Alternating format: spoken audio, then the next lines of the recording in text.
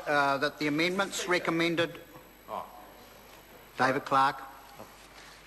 Cool. Yeah, David Clark. Mr. Speaker, I rise to speak to the second reading of the Government Bill, Building Amendment Bill number 3. Labor opposes this bill, Mr. Speaker, for some very good reasons. Leaky homes, of which I wish to now outline.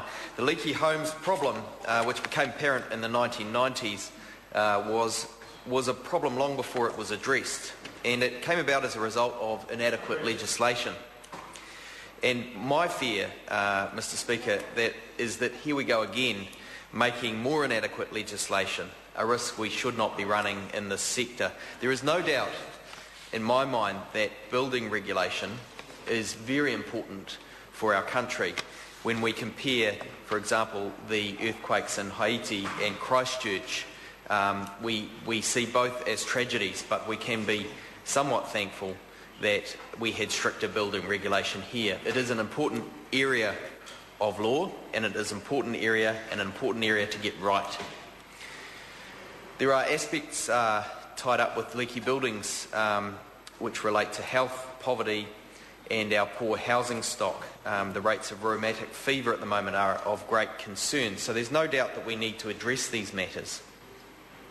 When I think of leaky buildings, I think of stories I have heard, as I'm sure other members of the House do, where companies have disappeared overseas, individual builders have disappeared overseas. This is a problem that this bill does not seek to address. I can remember a story of a couple that built a house. They planned it as couples do. They spent a lot of time investing in the plans and in the final product.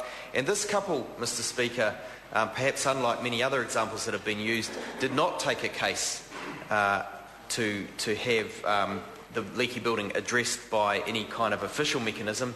They've gone about fixing the house themselves, but over time this has amounted to an enormous cost. And as I have already said, the builders had long since disappeared. I'm sure we can all recount similar stories. The current proposal, Mr. Speaker, is to shift responsibility to builders and consumers, and that in itself is a laudable goal if it were to be effectively done, if it would be done in a way which allocated them their respective level of responsibilities as is appropriate to their responsibility in being part of the decision making around the building.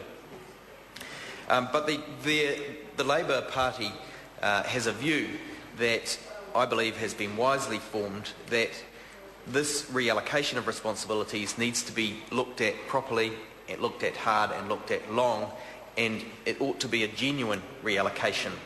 That is what is required. And that might be generated by something like mandatory home warranties or the introduction of proportionate liability. And unfortunately, the legislation as it is currently proposed does not deal adequately with such remedies. It does instead shift the responsibility in a way that stops short of the ideal solution. There is a risk of exposing consumers in this scenario in a way that they should never be exposed, and of reducing council responsibilities in a way that is unhelpful. Submitters convinced those who did sit on the committee that the benefits of a broader package should be considered more fully, and this package here which we have before us in the legislation is not as full as it ought to be, Mr. Speaker. That is why Labor opposes this bill and will continue to oppose this bill unless significant change comes forward. Just to reiterate, Mr. Speaker, that the aim of the Building Act review is a worthy one, the better allocation of responsibility and accountability between regulatory authorities, building professionals and consumers. It is the way in which this has, or rather has not been done, that we are opposing. Mr. Speaker, the Labor Party thinks that it is both risky and unwise to legislate in such a piecemeal fashion on such an important issue, and at a time when the industry itself is facing a surge in demand and a lack of skills.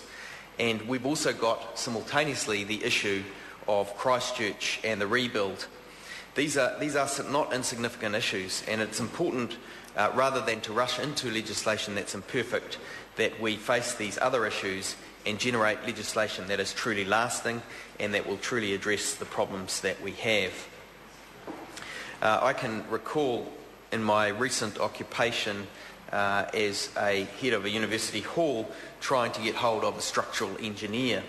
And even in Dunedin, a town not that close to Christchurch, it is difficult to locate the services of such a person because of the demand in Christchurch for that profession. Now that's just one aspect of the building profession.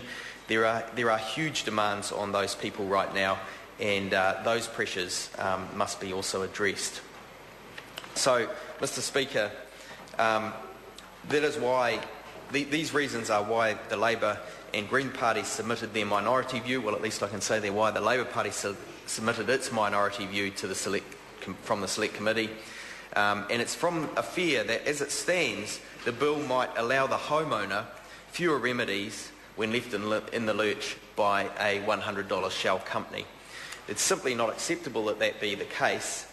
We believe that a fuller and broader piece of work needs to be done so that we have adequate legislation to protect consumers and to shield them from the risks that this particular approach would generate.